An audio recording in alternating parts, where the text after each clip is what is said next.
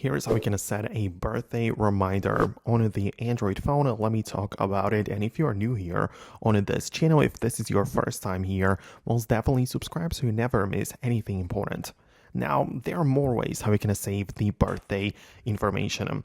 For example, I know a lot of people who just open up the Contacts app and then enable or click on edit for individual people and save it right there, right? So that's nice, but that's not really a reminder. So the way to automate this would be to allow your calendar to access your contacts, and that way import it directly into the calendar, right? So in my case, the way that it would work is that inside of my contacts, I basically have a bunch of different accounts. So I'm like logged in with the Google Contacts right there.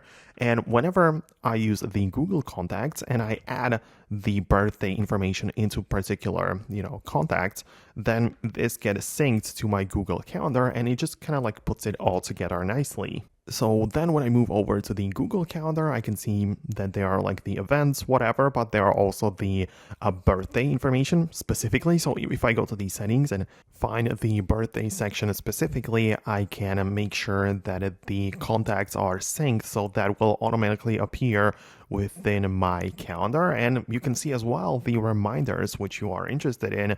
This can be set up right here. So I mean, it's a nice system once you set it up, but this is where the notifications can be set up, so it can be, at the day of the event or whatever from these options. But if you just quickly want to set up a birthday reminder, you can literally just start a new event within the calendar like that, and you can just set up the reminders for that event, right? So it's not going to be officially, within the system categorized as birthday. It's just going to be an event, but you're going to name it as someone's birthday, and you can basically set up a reminder for it. So that is how you could use it. Let me know what you think below. Hit the thumbs up and subscribe for the upcoming tutorials and videos like this, and I'll see you in the next tutorials as well. So thanks a lot, and I'll talk to you soon.